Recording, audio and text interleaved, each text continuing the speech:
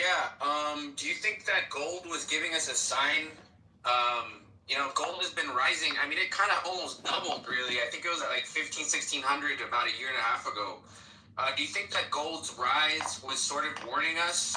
And especially the last couple of weeks, maybe a month and a half, we saw gold go from like 2,000 to 3,000, like literally randomly.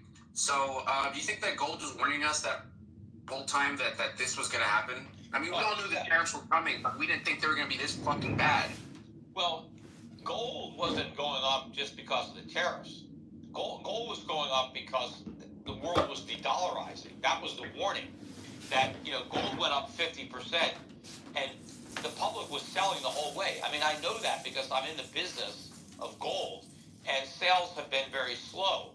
I also know that the entire rise from 2,000 to 3,000, the investing public was selling gold. There was net outflows from GLD, the gold ETF. There's been selling of gold stocks. So the only buyers have really been foreign central banks. And it's like, well, what do they know, right? Because I've been saying that this is like insider buying. The central bankers are the insiders of the fiat monetary system. And the fact that all these foreign central banks are buying gold and not treasuries and foregoing the yield. We didn't think they were going to be this fucking bad. They know a lot. Well, right? Gold wasn't going up just because of the tariffs. Gold was going up because the world was de-dollarizing. That was the warning. Gold went up 50%. People don't understand. The public was selling the whole way. I mean, I know that because I'm in the business of gold, and sales have been very slow. I also know that the entire rise from when Greenspan was Fed chairman, and this shows you how long ago it was, he used to say that even though we weren't on a gold standard, he ran monetary policy as if we were. And what Alan Greenspan said was that if he sees the price of gold going up to $400 an ounce, he knows that he's too loose. And if gold goes below 300, he's too tight. So he used the gold price as a reference.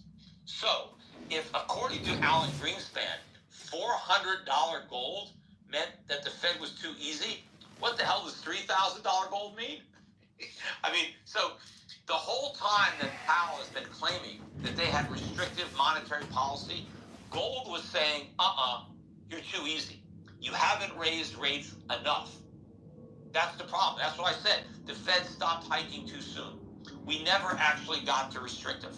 But the other way you know that is that the debt never stopped. The government kept borrowing. Government debt hits record highs. Household debt, credit card debt.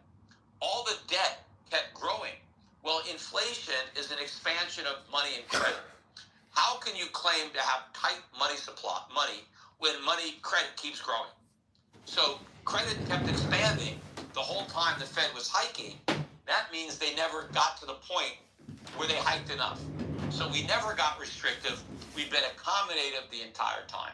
Okay? So, I mean, the Fed is responsible for the calamity that's about to unfold.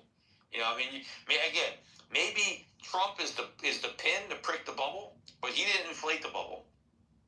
The Fed did. Peter, why do you think that he went from reciprocal tariffs to punitive tariffs? But the other way you know that is... First of all, in order to... I think the whole thing is unconstitutional, and I think it's illegal. Totally. But the reason that he had to say reciprocal was that was his justification. Because Congress seated the president with the authority that constitutionally belongs to Congress, specifically the House of Representatives, because tariffs are revenue bills, they're taxes on the American public. But Congress gave the president the authority to impose reciprocal tariffs if he wanted to. And what they meant by reciprocal was they put a 5% tariff on our lumber. We could put a 5% tariff on theirs, right? Tit for tat. Whatever they do to us, the president can match it, right? So what Trump did is he took that authority for reciprocal tariffs and he just redefined reciprocity to mean that even if a